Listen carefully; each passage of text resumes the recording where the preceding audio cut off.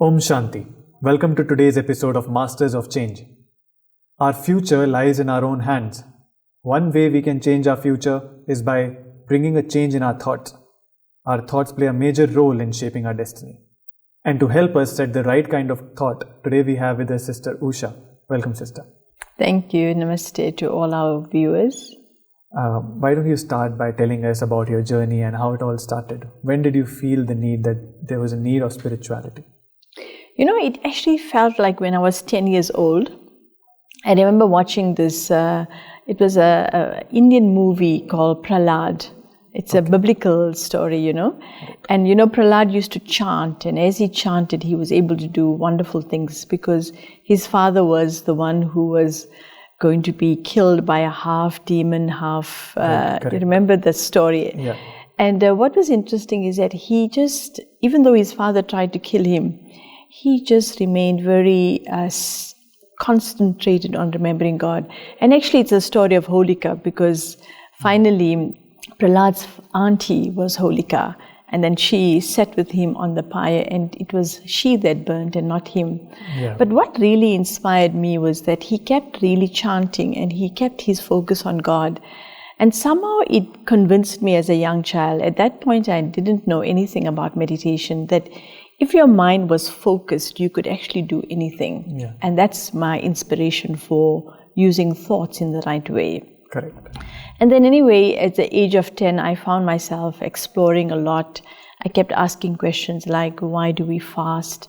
Growing up in a community like South Africa, where the Indian community is very close-knit, and they keep to the Indian rituals very strongly. So when it comes fasting, we had to do all these different things. And as a child, I used to have these headaches fasting. And I told my mother, why do I have to do something that actually is bringing pain to me? And she said, but you know, this is what my mother did and this is what I... So one day she actually made an arrangement for me to go meet the local priest at the temple. And I went there and had an opportunity to ask him. And when we were walking back, my mother said to me, are you happy with the answer? I said, no, I don't like what he said. Okay. But she never shoved me away or pushed me aside. And she always heard my questions. Correct. So she, at one point, after my father passed away, she came to Brahma Kumaris and started finding her peace there. And I think as she started getting answers, she recalled some of my questions. And so then she said to me, you know, this is going to be a good place. Great. And that's how I got introduced to the Brahma Kumaris. What age? I was about 19. Okay. Personally, I thought you need to be not very stable mentally to meditate. So I was not looking for meditation at all. But the knowledge element that had so many deep, clear answers to practical things in life was what really pulled me. Right. So you were pulled by the knowledge more than the meditation practice. Yes, yeah. So how did it all start? You went to the center, and what were you introduced to? If you can take us through that journey, early journey. So, you know, I grew up in a post-apartheid where there was a lot of injustice, and especially when human beings are hurt, you know, and other human beings are actually imposing, there was a feeling that there must be a justice. And I kept thinking that, who is this God that cannot bring this justice? And I felt that there has to be one God for all. But you know, when we grow up in a Hindu community, we have so many gods and different things. It was very confusing to me. I was looking for one God that could embrace the whole world. Yeah. And when I came to Brahma Kumaris, that first lesson, firstly was that what was my purpose? And that the purpose is that I'm not just this body, but a living being. And that it's time for me to return back to my authentic self, that being that was peaceful and love and happy. So in a way, I realized I had moved away from who I was in that first lesson. And the second lesson was amazing because it introduced God as the parent of all of us. And then for the first time, I thought that this is the solution, that if we want to really bring justice, that if we embrace this idea that we're all children of that one. And I think as a young person, that just completely satisfied me. Sometimes I think if I didn't belong to Brahma Kumaris, I would be doing some political work, trying to change things on an external level. Yeah. Were you religious before coming to spirituality? I would say that I had a deep love for God, and that's why when I saw the injustice, my mind went to God, that who are you that you're not bringing some solution to our world.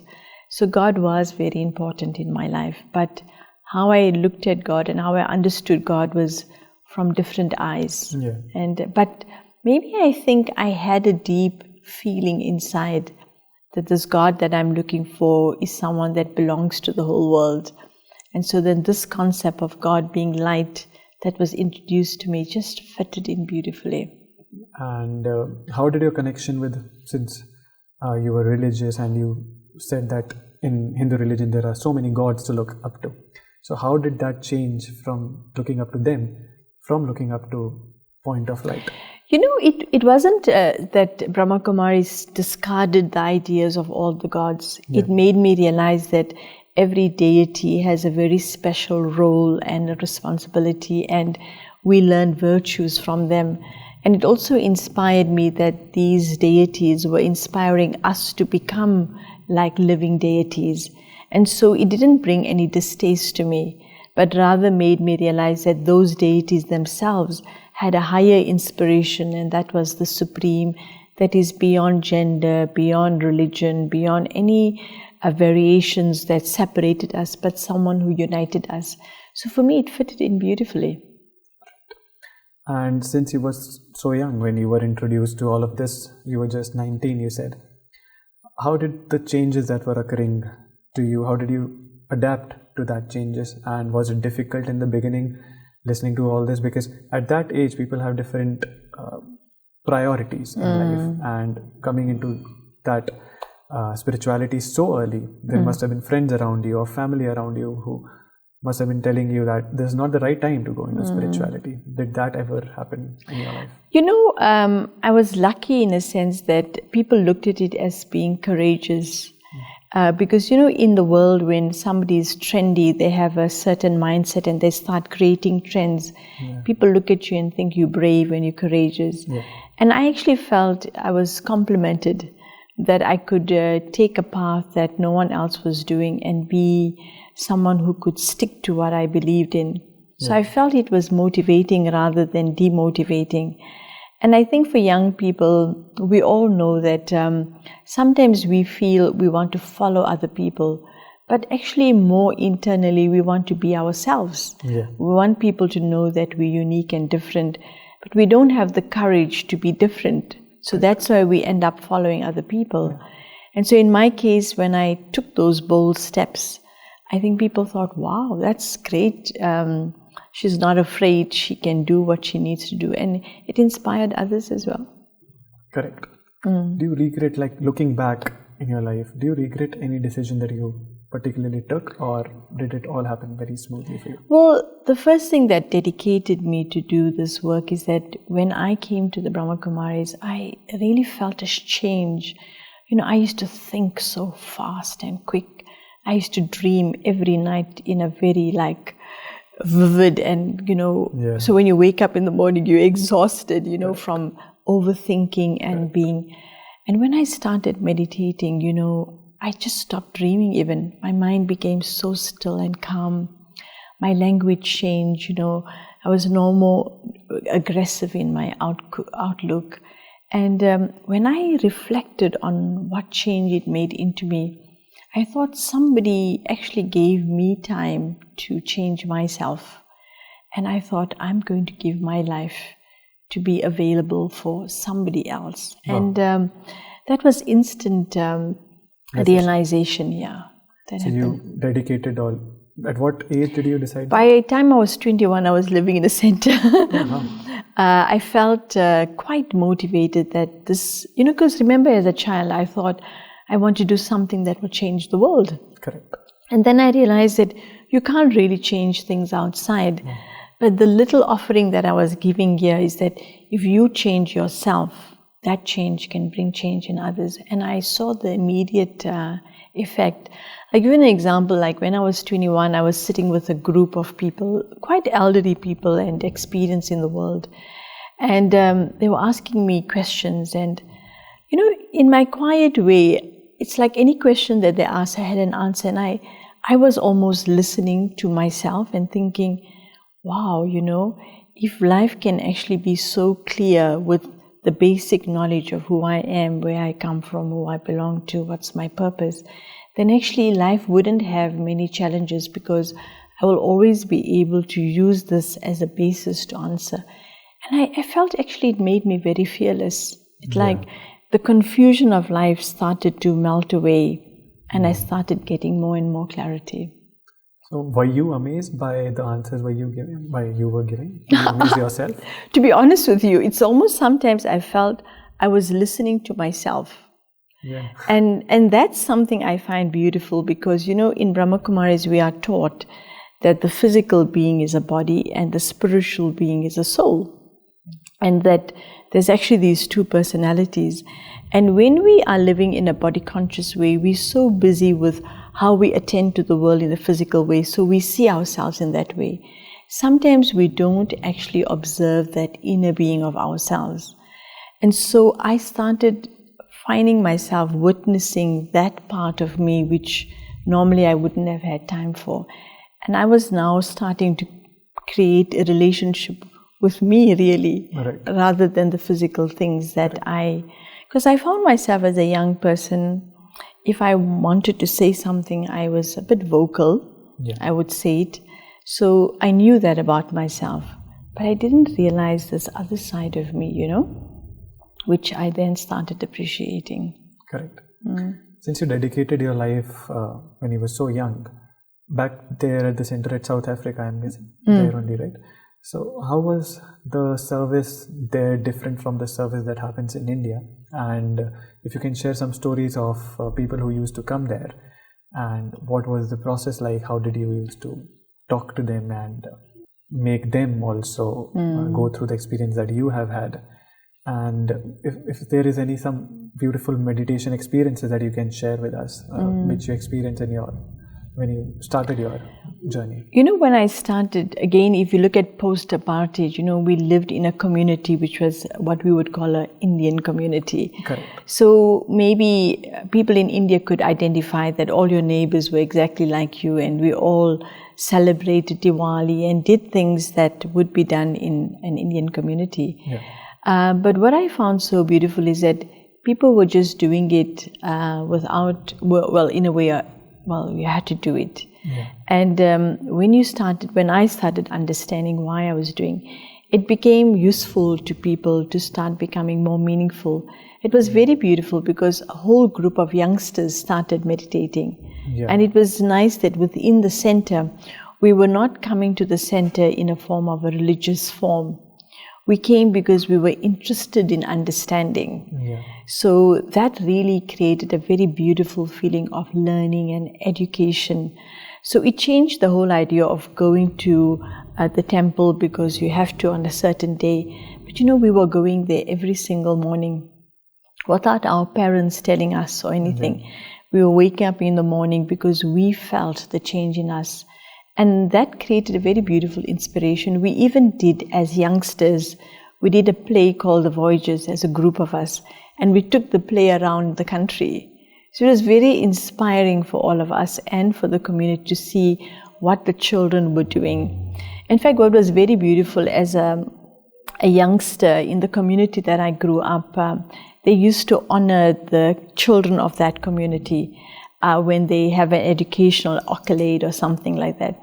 And because I moved into the center and became a surrendered sister, it was like somebody becoming a sannyasi in a sense, And at one of these occasions when the whole community came together, there was a Swami on the platform and there was me, a young sister, sharing her story. Yeah. And, amongst what I would say, my uncles, aunties, relatives, they were just so awed that I could have made such a choice. Right. So it created a lot of pride in my family and in my community that people choose to do different things, but there's also a choice of spirituality that you can dedicate your life to helping community. Yeah, I'm sure many must have been inspired as well. And up to today, I find that in my relatives, if something goes wrong, they call me like an elder to find out, this is happening or that is happening. And I get stunned still to think about it. But one doesn't realize that when we dedicate our lives in a certain way and we constant, not up and down, then people start, even though you are young, they start taking support from that. Yeah. And it's very stabilizing for people to actually have that experience. Doesn't it become difficult for you sometimes because everyone is expecting something whenever they call you, they're expecting some answers? And doesn't it scare you or make you think that what if that someday you don't have an answer, you can't guide them? What makes you... the thing that's so beautiful is that we don't have to think we're doing it. Part of this journey is that we are being inspired by divine being, and when we make the divine being our companion, then there's nothing to be afraid of, like, it's not like if I'm going to go onto stage and I have to think I have to do something, I know I surrender myself. Okay, now I'm here as an instrument, use me however you want to, and I enjoy myself actually. It becomes like, again, if I become still and I observe, I begin to learn things coming out of my own mouth. And so it's a growth for me as well, rather than thinking, oh, I'm so good and I'm helping other people. Yeah. I look at it as my journey that I am being taught in these different opportunities. Because sometimes when people have problems and you speak to them and you've never had that problem, yeah, and you see some answer come up and you think, okay, so that's something you're learning. So I think the thing I've learned in the Brahma Kumaris is that we are always students and teachers simultaneously. It's not like I become something and now I'm an authority in giving to others, but we always remain students, and then what we learn becomes the teaching. Correct. This kind of thought also helps us to maintain our balance and keep us grounded, and the ego doesn't arise. Yeah. And I have been obviously paying attention that this ego mustn't come up, and I think it's something we're always going to be aware of. We can never think that we are free from it, because in the human world, whilst our senses are connected, there's still change that's happening. And the beautiful part of this journey is that we will come to the end of our journey and we will transform. But every day this is a university. It's a lesson, we're learning something, we're growing. And if we maintain that, then even our weaknesses, we can embrace them, we can look at them as a turning point. In fact, something that was very beautiful that I experienced during the COVID time, I ended up going on an assignment to the Americas, and I was in Guyana. So I was going to be there for 3 months. So I arrived in December of 2019. And then in February, late February, our center actually caught on fire. Now I went to Guyana for the first time. Right. I didn't quite know anybody then. When you visit a place, you have your possessions in one suitcase. Right. And that's exactly how I arrived there. And one morning when our center was on fire, I got out of the house, the whole center. And I remember thinking, going out of the building, standing outside watching the fire, and for a minute I had a little bit of a like, and now what, And immediately the thought that came back is that, you're actually a living soul, and your home is actually beyond this world, and who you belong to is God. And just the practice of that over a period of time, in that moment, those thoughts brought me such safety and such a feeling of I'm okay, that even now when I think about it, I don't feel like I lost anything. And then lockdown happened. Now, one other thing that happened was my passport was in the suitcase. Yeah. So that also burned. Yeah. And in Guyana, they don't have an South African mission. So I couldn't get a passport quickly. Right. And so to even travel back to South Africa, I had to go via America, and they wouldn't allow you if you don't have a passport. Right. But what I found so amazing in that, what one would call a difficult time and lockdown, I found myself perhaps in the best situation, because during lockdown, people were trying to get used to this new normal, of being at home. And the things they were used to doing, they couldn't do it. Now, I didn't have that because I was in a totally new place. I had lost everything I had.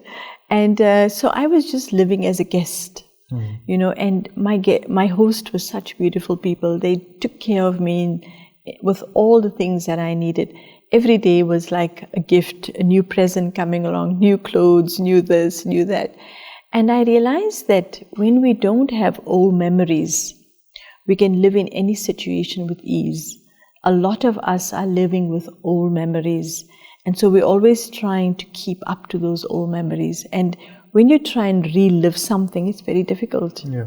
So I know this practice within the Brahma Kumaris as well is that when we consider that this earth is a stage and I'm just an actor, my home is far beyond.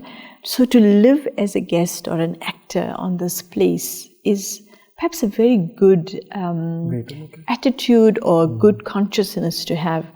Because then as things were happening, there were interesting challenges, but I never really got depressed or negative and good kept coming out of it. To that extent, I feel it was a gift for me. Right. That the kind of change that I needed to bring into myself, because as you grow spiritually, you can't keep doing the same things. You take a high jump.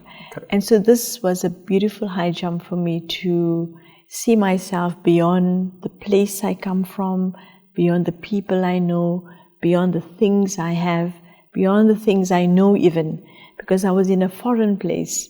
And then I started becoming present, really present. And it was a very beautiful gift for me to feel comfortable. Like now, if I'm going anywhere, I don't feel I need to take too many things with me or I need to have this or that. Yeah. It's like I have a freedom. Because you went through that experience. You had nothing and then also you came out of it. So. And you didn't, coming out of something without feeling deprived is very important. Yeah. And I actually feel I came back with many gifts. Correct. So I feel a very deep freedom. And also something like, when you're in an environment where you eat food even, like we're also so conditioned or addicted to the same foods that we eat. And I was really eating completely different things. I must be honest, in Guyana, they have so beautiful fruits. Yeah. And my whole diet changed and it was good. I actually felt I came back healthier. Yeah. So there were many advantages in a way. That's a wonderful way to look at.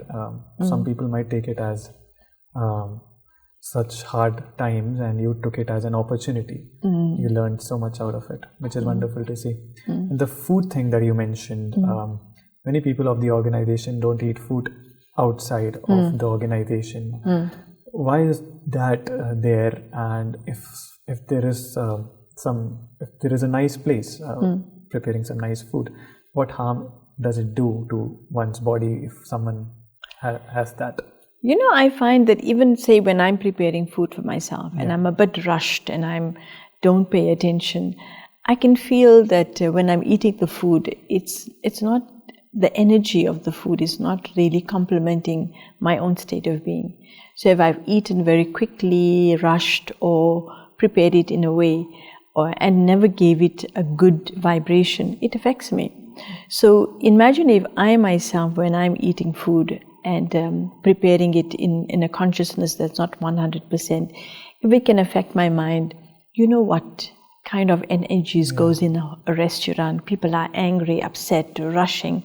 And a lot of the time we're becoming consumers of somebody else's energy. Now, look at our world already. We have so much of negative energy. And then we consciously put in food that may have energy coming from many, many different spaces. It actually affects our mental state or our vibrational state. You feel that even if you do eat one time, do you feel that? I feel that very much. And almost for me, when I'm looking at food, I'll actually know whether I should eat it or not. Oh. Very often I will go and I'll look at the food and I'll think, okay, I don't think I need to eat. And then sometimes I just drink something and I'm okay. Yeah. And that's becoming a very good practice for me that, as we become a yogi, what are we doing? We are connecting with a higher energy. So this body also is something that we need to connect it to a vibration, because it also needs to be purified. It is being exposed to so many things that are of a vibration which is low. And so we get tired. Look at most people's problems. They'll say, oh, we're tired the whole day. Why is that we are so tired? Because we are consuming things that makes us heavy. So what happened in Guyana, which was very beautiful, is that it's a very hot place. And so the fruits, tropical, are beautiful. So my breakfast till lunchtime used to just be fruit. Then I used to eat one meal at night. And it was amazing. Without feeling I was on a diet, the body was readjusting itself. And I made a commitment to myself that during this COVID time, I mustn't get sick. Because in Guyana, it's a poor country, the health facilities are a question. And I thought, no, I can keep myself healthy. And I didn't get sick. And that was eating just fresh food, right food, cooking my food, preparing it. And I really felt I was taking care of myself. So what I would say to people, instead of feeling that I can't eat something and I'm not treating myself to good food, think about treating yourself to good energy. Because after you eat good food, wherever you buy it from, you can feel tired, you can have indigestion. Is that a treat to yourself? So that's a question I think we all need to answer. Besides what the organization is helping us understand, I'm just speaking from my personal level that we need to be so aware that whatever we consume, whether it's with our eyes, with our mind, with our ears, and what we ingest, we are actually now bringing these vibrations which we then have to cope with. If we want to be peaceful, what do we want to ingest? So don't feel you can't do it. Rather ask yourself, what would you like to feel? So if you want to feel happy and light, choose those things. That's a nice way to look at it. I think this is something I'd like people to sort of think about. Because I came in as a teenager, in a sense, I was a bit rebellious to discipline and rules. I really find myself, what I would say, a very undisciplined person. But for all the years that I've been meditating, I always wake up before the sunrise. I've done things what people would call discipline. But it's not because I've done it as a discipline, it's because I have understood why I want to do it. So I feel it's a choice I'm making. Correct. When people have experiences of their own, then no matter what the noise is outside, they don't hear it and they go with their inner voice. I'll give you an example. I was working for the stock exchange, right? And we had a staff of 200 people. So every year when it's Christmas, they have, in South Africa, they have a big barbecue. So a huge animal is sacrificed and they do these things. And I was not going to these functions because I was against the way they were doing things. So one day my boss said to me, why do you not come to our functions? I said, you don't cater for somebody like me. He said, what can I do to cater for you? He said, I only eat fruits and that's it, I said to him. And anyway, so I went to the function. So they had this big banquet of all the stuff. And they all had to go to the place and bring their own food in because it was a banquet style, a buffet style. But for me, 2 waiters came. One with a glass of warm milk. In those days, I used to still drink milk. And a big arrangement of fruit. And as these people walked in this big hotel, everybody's thinking now, where's this going to? Because they all have to queue for their food and this food is coming to my table. And it was amazing. Everybody wanted to eat of my fruit. So I found that normally you would be ostracized. But I became the person that everybody wanted to be around, choosing to be who I am. So we should never fear about how it will be, and it all manages to take place, and it all I think we worry about people, and yet people are themselves afraid. So if we gain our own self-respect and confidence, we'll be amazed that we are actually towing the line. We're creating a pathway for others. Yeah. And that's what change element is all about. Yeah, we're setting an example. Yes, definitely. So, there's something so beautiful in each one of us. Yeah. Each one is a unique individual. And if we try and be like somebody else, this beautiful being is going to be lost. Correct. And so we need to really be able to have the respect for ourselves to shine. Correct. And not that we need to find something to shine on. Just be you, be authentic, and you'll be amazed. Yeah. Well, thank you, sister, for taking out time and speaking to us. It was a lovely conversation. And sadly, the time permits us this much. So I we'll have to know. stop here. But because you said something about meditation and we didn't really do a meditation, Yeah. I want to just leave our viewers with a little, Sure. a 13-minute thing, Yeah. They say that the smallest denomination of time is a second, and the smallest denomination of consciousness is a thought. And this is a correlation between 1 second and one thought. And so it's just for 13 seconds. Yeah. That's something you can say to yourself. Correct. And it goes like this: I am a soul. I am peace. I am a being of peace. Om Shanti. And if you find yourself during the day just literally repeating, I am a soul, I am peace, I am a being of peace. 13 seconds, 13 thoughts. I'm sure everyone can take out time for 13 That's seconds. it, 13 seconds. Every now and then 13 seconds. And it just recalibrates your thought pattern. Just have this thought: I must always bring myself to a peaceful point. Thank you so much. Thank you. Om Shanti. Om Shanti.